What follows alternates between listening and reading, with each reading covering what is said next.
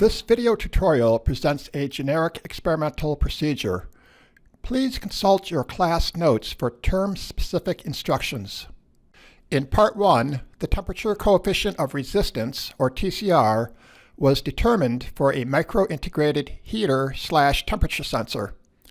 For Part 2, a similar device is placed in a miniature wind tunnel to simulate microprocessor cooling using various heat sinks. The students may develop and validate a mathematical model of the heat transfer system, which will be utilized as a predictive tool to explore various design scenarios. The lab setup for this experiment consists of a power supply, an ammeter, a voltmeter, a handheld thermocouple meter, and a miniature wind tunnel.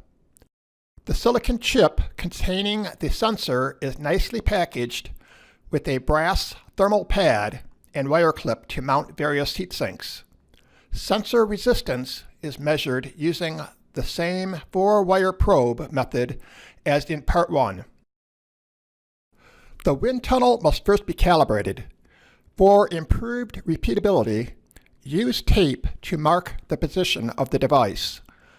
Use a ruler to locate the wind tunnel to enable replication of the setup in the following weeks. When ready, move the wind tunnel into position over the device.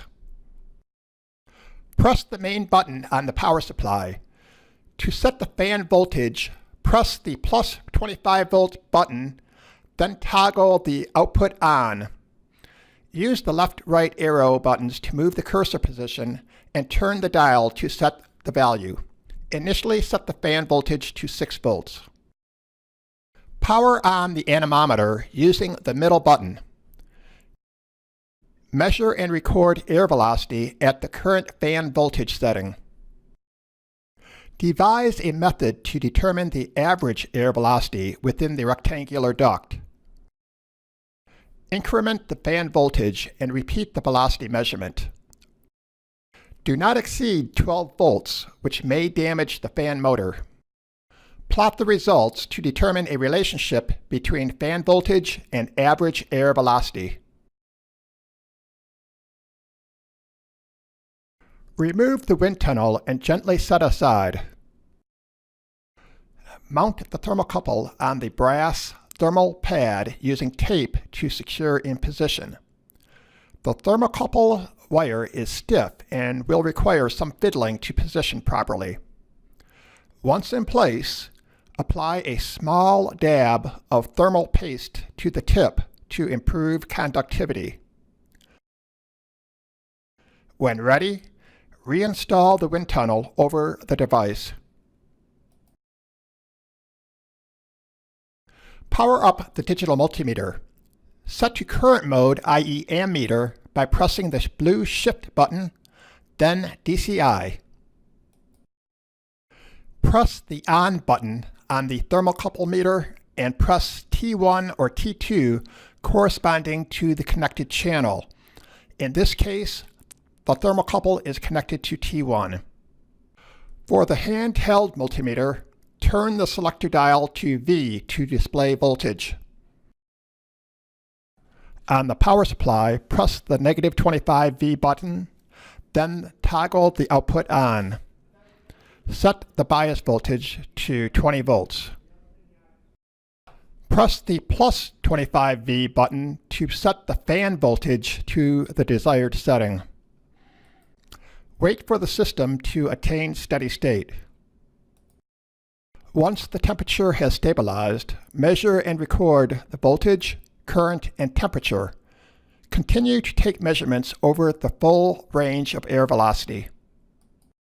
When finished, press the negative 25V button and toggle the bias voltage off. Gently remove the wind tunnel and set aside. The chip and heatsink can become extremely hot during testing. Please allow sufficient time to cool before handling.